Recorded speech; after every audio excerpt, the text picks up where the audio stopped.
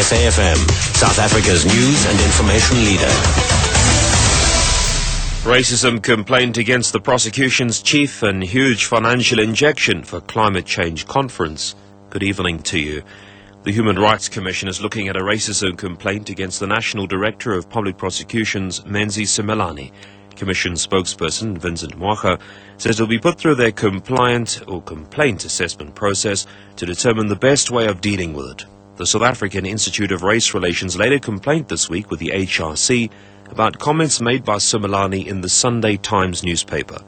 The newspaper quoted Simelane as saying that in most crimes with a racist motive or element, black people are the victims and whites are the perpetrators.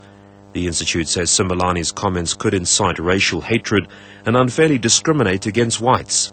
Simelane's spokesperson, Mthunzi Maga, says Simelane will continue to raise issues that reflect our society. Government has approved R500 million in preparation for the Climate Change Conference of Parties. The announcement was made by the Water and Environmental Affairs Minister Edna Molewa in Durban.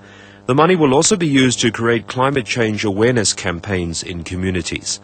The minister met with civil society organizations today. We assured the NGO community that government is very, very sympathetic to both the Global Day of Climate Action, that is the People's March, and other events and activities during the COP17, because we believe that we meet at Durban ICC, voices of people of the world must continue to alert us to the urgency of the challenges that we face. Cape Town's Mayor Patricia de Lille has unveiled the Backyarders Essential Services Improvement Program to representatives of backyarders in the city. It's aimed at providing them with basic services while they wait for their government housing. De Lille elaborates on the project. I have allocated an additional 10 million rand to this project. And I'm pleased to say that we shall implement our first pilot of service sites, including an enclosed toilet with a sink, and that your whole structure will then be linked to electricity points and to water. So Bella Haramsa from the Bardale Development Forum says they're not impressed by the proposed project. Potentially the owner of the plot might end up being on a quarrel with the backyarder.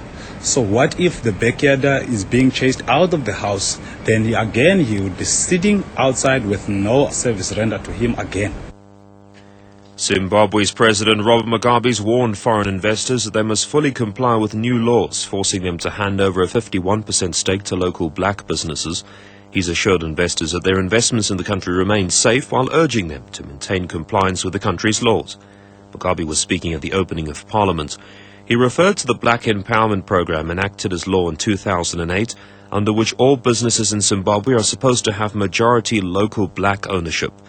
Reports say Mugabe looked confident as he gave his speech, following a WikiLeaks story suggesting that the 87-year-old leader is terminally ill.